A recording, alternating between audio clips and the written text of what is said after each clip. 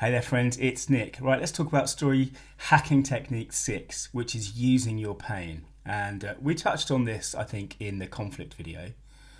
But I want to be super specific because conflict is very often external forces bumping against each other. And we live in a world now where everything, or a lot of things, are very surface. And I think the thing about pain is the pain comes from within, right? It's psychological, it's emotional, and if you're able to open yourself up to sharing your pain, to using it, you will find that your stories resonate with a lot more people because none of us are surface. I mean, when I write thrillers, I'm writing the surface of what the characters are doing and saying, but the what's going on beneath is right there. In fact, my second novel, my second thriller, is called The Storm Beneath, and it's about all the stuff that's going on, all the sort of shit that's going on inside, right?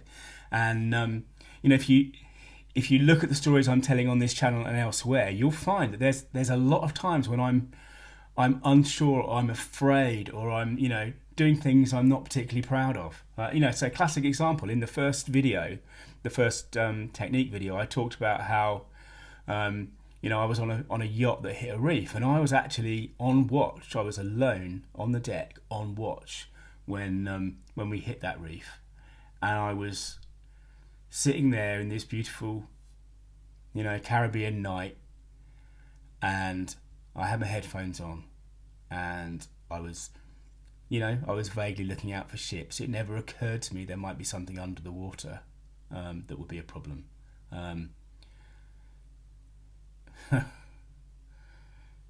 But the fact is, I wasn't doing my job. I wasn't watching, and as a result of that, we hit a reef. The boat was holed. I mean, it's a whole story which I'm not going to go into now, but that is a story which has a lot of pain in it for me, and it speaks to me about responsibility, because in some ways that night I learned the difference between the surface level of responsibility and actually being responsible. And I think if you can